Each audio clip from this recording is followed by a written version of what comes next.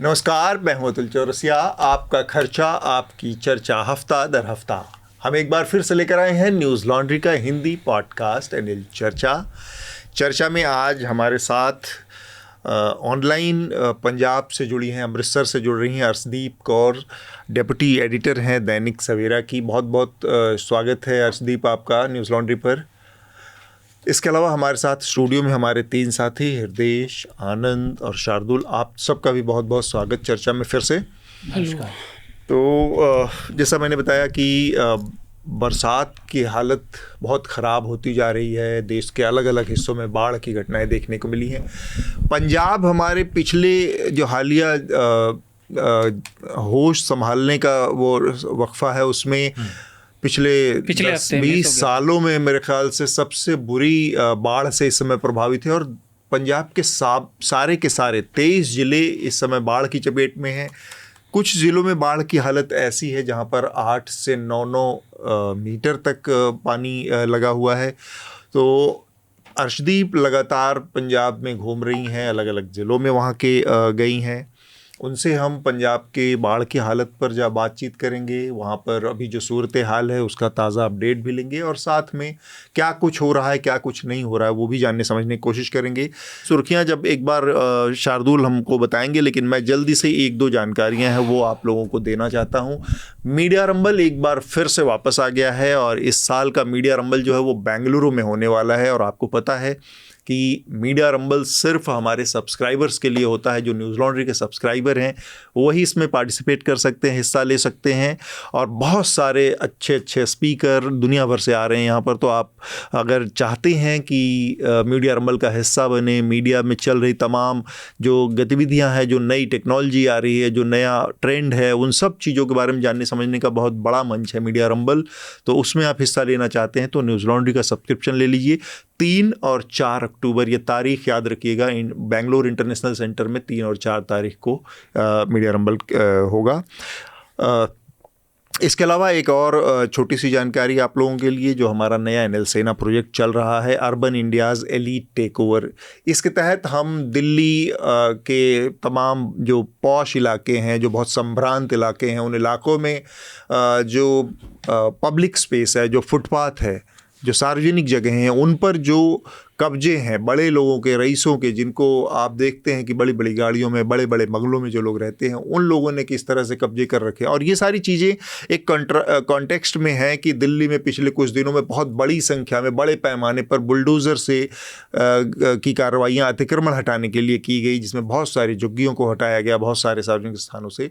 और तब हम देखते हैं कि एक दूसरा हिस्सा है जो इस शहर की बड़ी कॉलोनियां हैं और बड़े पॉश इलाके जहां पर रईसों के रिहाइशें हैं, वहां पर उन इलाकों के अतिक्रमण से जो हमारी म्यूनिसिपैलिटी है, जो हमारी तमाम सिविक जो सर्विसेज हैं उसको मुहैया कराने वाली संस्थाएं, वो पूरी तरह से आंखें मूंदे रहती हैं। तो ये सीरीज़ लगातार चल रही है। हम दिल्ली के बाद इसमें और भी शहरों को जोड़ेंगे, जिसमें हैदराबाद, बेंगलुरु, चेन्नई, इन तमाम शहरों में भी इस तरह के जो अतिक्रमण हैं उनके ऊपर एक सीरीज़ चलाएंगे। तो हमें इस एनएल सेना प्रोजेक्ट में आपकी मदद की ज़रूरत है। इसको पूरा करने में जल्द से जल्द हमारी मदद करें। हमारी वेबसाइट पर जाकर आप इससे संबंधित जो सारी जानकारियाँ वो पा सकते हैं। आगे बढ़ने से पहले अब शार्दुल सुर्खियाँ जो हैं वो आपको बताएंगे और फिर हम इस चर्चा को शुरू करेंगे। मुंबई में भूख हड़ताल पर बैठे मराठा आरक्षण आंदोलन के नेता मनोज जरांगे पाटिल ने मंगलवार को सरकार के आश्वासन के बाद अपनी भूख हड़ताल रोक दी। वे कुल 5 दिन भूख हड़ताल पर रहे। 6ठे दिन उन्होंने वो तोड़ा, उन्हें फिर अस्पताल भी ले जाया गया और सरकार ने मराठा आरक्षण की मांगों पर फिर से एक नए सिरे से विचार करने का आश्वासन दिया है।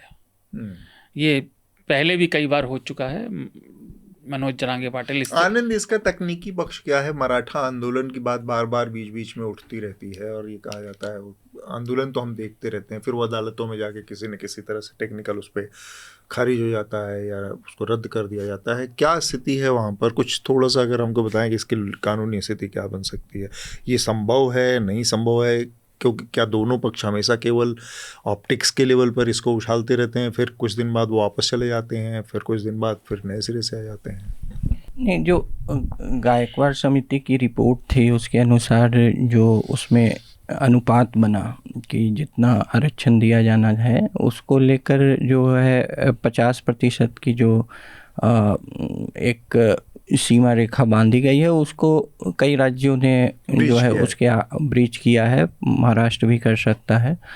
तो वो एक स्थिति तो बनती है, लेकिन उसमें कुछ मतलब जो संवैधानिक पक्ष ये है कि महाराष्ट्र सरकार और का कहना उस पर बहुत स्पष्ट कुछ नहीं है, क्योंकि वहाँ जो मुख्य जो कहिए कि राजनीतिक समूह कह सकते हैं जिसको, हाँ, वो मराठा ही है, मतलब कि और यहाँ तक कि एक मेन स्ट्रीम मराठा उस कम्युनिटी है। तो वो उसी का हवाला देते हैं कि जब दूसरे राज्य कर सकते हैं तो आप भी कर सकते हैं। महाराष्ट्र के विधानसभा चुनाव से पहले मैं करीब 8-9 जिलों में घूमा था अपने एक क्लाइमेट की स्टोरी के संदर्भ में, लेकिन वो उस समय जरांगे पाटिल की यात्रा इतनी ज़्यादा उफान पर थी कि even if you are not, अगर आप उसके लिए ना भी यात्रा कर रहे हो तो आप बात किए बिना रह नहीं सकते। और सारे जो राज्य हैं उस इलाके के मैंने लोगों से बात की तो ये एक ऐसा पॉइंट था जहाँ पर इतना एग्रेशन उस समय दिखाई दिया था। मुझे बहुत आश्चर्य हुआ कि चुनाव के जब नतीजे आए थे तो कहीं दिखाई नहीं दिया था और बहुत ही ज़्यादा डिवाइडिंग ये लाइन थी पूरे मराठवाड़ा के इलाके में। उसके बाद भी बीजेपी को सबसे बड़ी जीत मिली इस मतलब बहुत ज़बरदस्त पोलराइजिंग फैक्टर ये वहाँ पर था कि इस मामले में सुनने को कोई तैयार नहीं थे जो नॉन मराठा हैं कि हम कोई आरक्षण के लिए जगह छोड़ सकते हैं। शार्दुल, बाकी छोटी सी बात कि राज्य की जो बाकी ओबीसी अम्ब्रेला के अंदर जातियाँ आती हैं वो इसका खास तौर से विरोध करती हैं, उसी वजह से जो आनंद ने कहा कि वो संख्या बल में बहुत ज़्यादा है। और जब भी फडणवीस मंत्री बनते तब ये इश्यू ज़्यादा उछलता है, क्योंकि एकनाथ शिंदे के तो अच्छे संबंध हैं जरांगे पाटिल से, तो ये राजनीतिक खिचड़ी भी है। तो शिंदे खुद भी मराठा थे। हाँ, वो खुद हैं ही, और ये ब्राह्मण है। हाँ, तो कुछ तो कहीं ना कहीं प्ले हो रहा होगा चीज़ें। हाँ, क्योंकि मराठा ये पावर की लड़ाई भी है ना राज्य में। एक जानकारी आप लोगों को और छोटी सी मैं बस देना चाहता हूँ कि कई सारे हमारे सब्सक्राइबर्स के लेटर्स भी हैं जिनको हम इस चर्चा में शामिल करेंगे। और उसके अलावा बारिश हो रही है बहुत ज़्यादा दिल्ली में, बारिश की वजह से जो हवा है उसके हालात सुधर गए हैं, लेकिन वो समस्या जस की तस बनी हुई है। जैसे ही थोड़ी सी स्थिति बदलती है फिर हवा ख़राब हो जाती है दिल्ली की। तो हमारा फाइट टू ब्रीथ यानी हवा का हक कैंपेन अभी भी जारी है। ये इस पूरे साल जारी रहने वाला कैंपेन है, अभियान है, ताकि आपको और उत्तर भारत के तमाम शहरों में हर जगह जहां हवा की स्थिति ख़राब है उनको वो बुनियादी हक मिल सके। इस अभियान के तहत हम उन तमाम जवाबदेह जिम्मेदार लोगों से सवाल भी पूछते हैं, ताकि क्योंकि हमारे शहरों की हवा तक ठीक नहीं है, साफ़ पीने का पानी मुहैया नहीं होता। ये बहुत बेसिक चीज़ें हैं और विश्वगुरु बनने के मुकाम पर जो देश हो तो उससे ये सारी चीज़ें, बेसिक बुनियादी सुविधाओं की जानकारी ले लेनी चाहिए, उससे सवाल पूछ लेने चाहिए।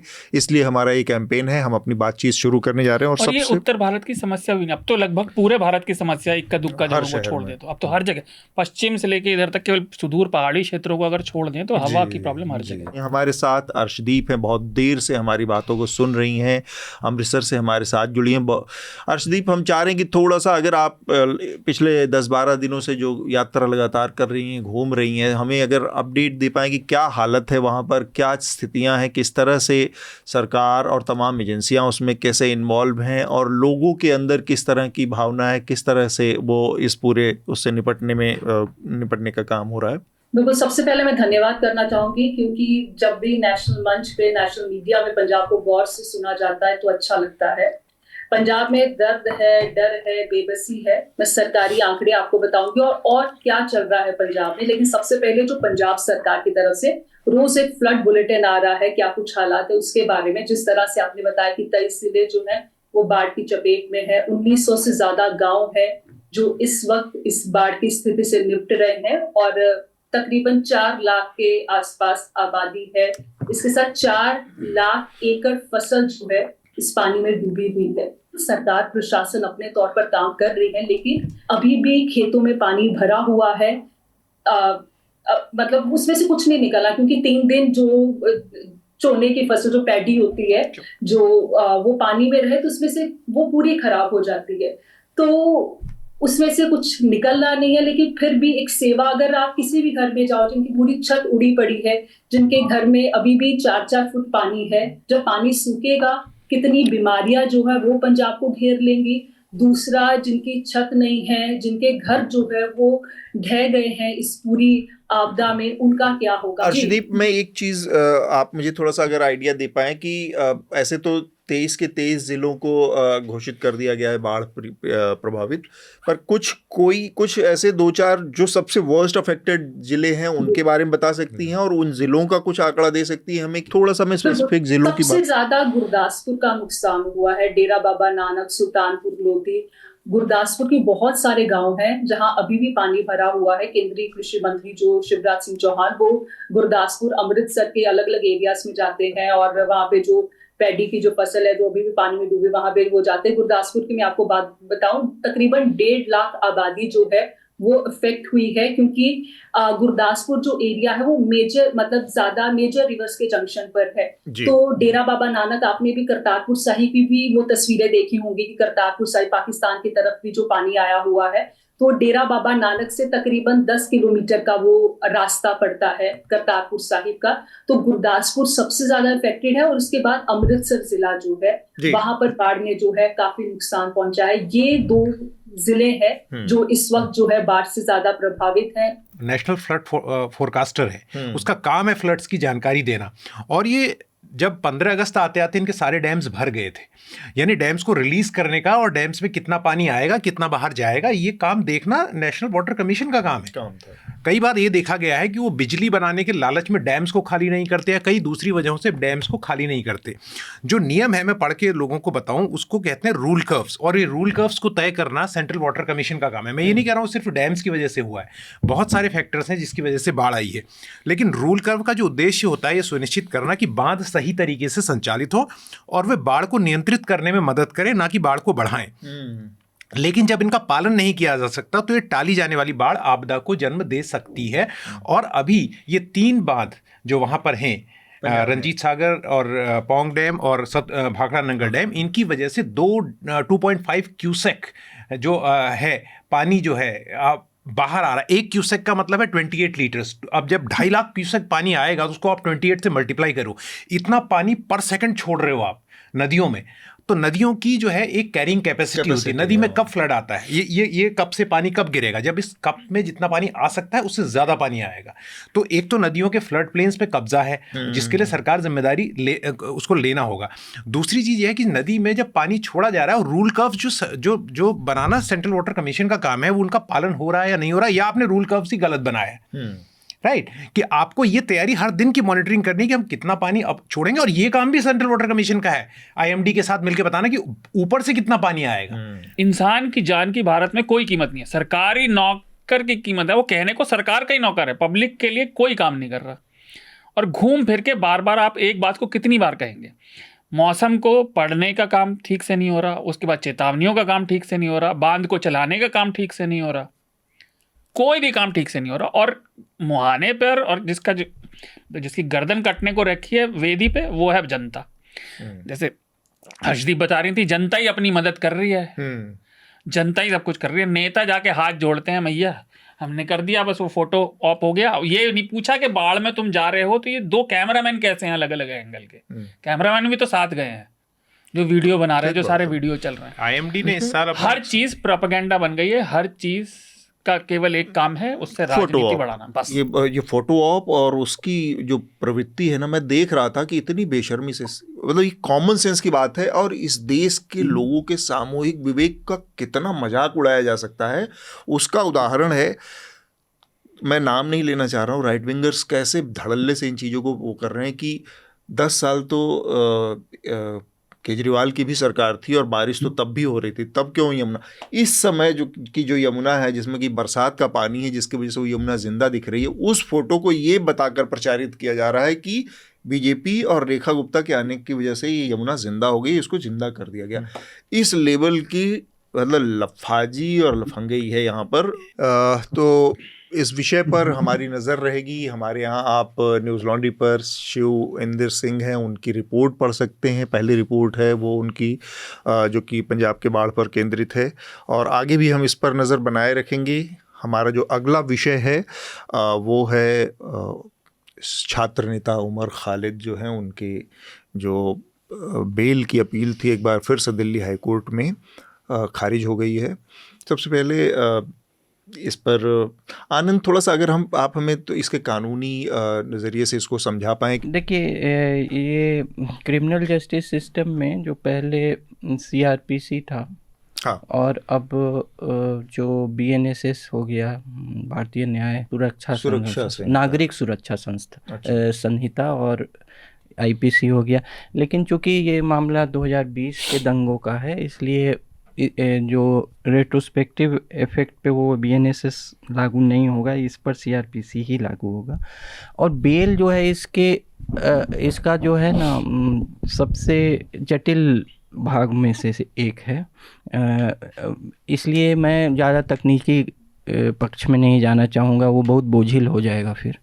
लेकिन एक बहुत इसमें अस्पष्ट है। एक तो आपने बताया जो सुप्रीम कोर्ट का जो दर्शन है, जो उस कथन में जो व्यक्त किया गया है कि बेल जो है वो एक सामान्य नियम होना चाहिए और जो जेल है वो अपवाद होना चाहिए, वो ब्रॉडली जो है एक व्यापक तौर पे क्रिमिनल जस्टिस सिस्टम पे लागू होता है। हालांकि जो व्यवहारिक पक्ष है उसमें नहीं। एक तो उमर खालिद और उनके जैसे और कई लोग जो इसके रिसीविंग एंड पे हैं, ये तो और भी कई लोग जो बहुत सक्षम नहीं हैं वो भी रिसीविंग एंड पे हैं, जो अंडर ट्रायल्स हैं, और बहुत लोग जिनका केस अच्छे से आर्ग्यू नहीं हुआ या उतने मतलब फाइनेंशियली उतने सक्षम नहीं हैं या रिसोर्स, ये इनके साथ तो वो भी समस्या नहीं है। लेकिन एक है इसमें, जैसे कि इनका आर्ग्यूमेंट्स, इनका जो दिल्ली हाई कोर्ट या पहले भी है, ये एक बहुत ही सिंपल आर्टिकल है।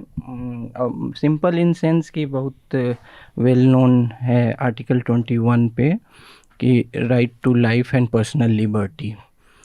तो आर्टिकल 21 वो एक संवैधानिक अधिकार है, article right to life and personal liberty. तो स्टेट जो है, स्टेट जब फाइट करती है केस बेल के अगेंस्ट या ये, तो उसका जो दूसरा पक्ष है उसी में except by procedure established by law, मतलब right to life and liberty है, लेकिन right to life and liberty से आपको वंचित नहीं किया जाएगा एक्सेप्ट जो प्रोसीजर एस्टेब्लिश्ड है लॉ के। अगर तो आपको तभी इससे अलग किया जा सकता है जब वो फॉलो किया जाए, ये मतलब right to procedure established by law.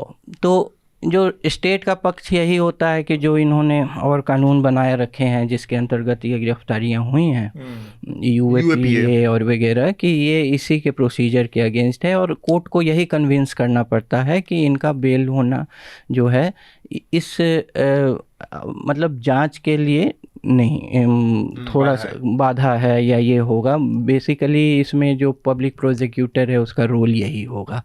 तो ये जो लोअर कोर्ट्स हैं इसमें से ज़्यादा, अभी तो दिल्ली हाई कोर्ट ने इसे किया है, मतलब खारिज किया है। तो इसमें एक पक्ष है, मुझे लगता है कि मान लीजिए कि इसमें बाधा भी है तो बहुत स्ट्रिक्ट कंडीशंस बेल की रख के रिहाई दी जा सकती है। ये मामले इसलिए कठिन हो जाते हैं, जैसे इनका मामला है वो UAPA का जो लॉ है, जो बदलाव किए गए हैं UAPA के लॉ में, मुझे वो बात याद आती है, शायद इन्होंने जो हैदराबाद के MP हैं असदुद्दीन ओवैसी ने खड़े होकर कहा था एक बार उनसे, कांग्रेस की सरकार के वक्त चिदम्बरम साहब से, कि जिस तरह का कानून आप बना रहे हैं एक दिन आपके लिए मुश्किल होगा। अब उनके लिए तो मुश्किल हुआ नहीं हुआ, लेकिन बहुत सारे दूसरे लोगों के लिए मुश्किल हो गया कि कोई जांच करने में तो कोई दिक्कत नहीं है। जैसे आनंद ने कहा कि एक बहुत स्ट्रिक्ट स्ट्रिंजेंट कंडीशंस होती हैं जिनमें आपको बेल दी जाती है। जनरली ऐसे मामलों में आपका पासपोर्ट रख लिया जाता है, ऐसे मामलों में आपको रोज़ माफ़ कीजिए हर हफ्ते कम से कम थाने में रिपोर्ट करना होता है। आप आप अपने घर के शहर छोड़ के नहीं जा सकते, आप अपना शहर में नहीं जा सकते, आप अपने घर में। सुधा भारद्वाज के मामले में ऐसा ही रिस्ट्रिक्टेड ही तो दिया, नजरबंद किया घर में। लेकिन ये मामले में जो है जज जो है वो अपना डिस्क्रिप्शन यूज कर रहे हैं, क्योंकि जो प्रोसिक्यूशन है, जो आरोप पक्ष है, उसकी दलीलें यही हैं मूल रूप से कि इन पर काफी गंभीर मामले हैं। न्याय, इस न्यायपालिका और इस पूरे सिस्टम का काम यह है कि भाई वो जनता में समय रहते न्याय करे ना। आप ना आरोप दाखिल कर रहे ना, मतलब एक हर चीज़ बस लटकी हुई है, जो अपने आप में बड़ी अजीब सी बात है।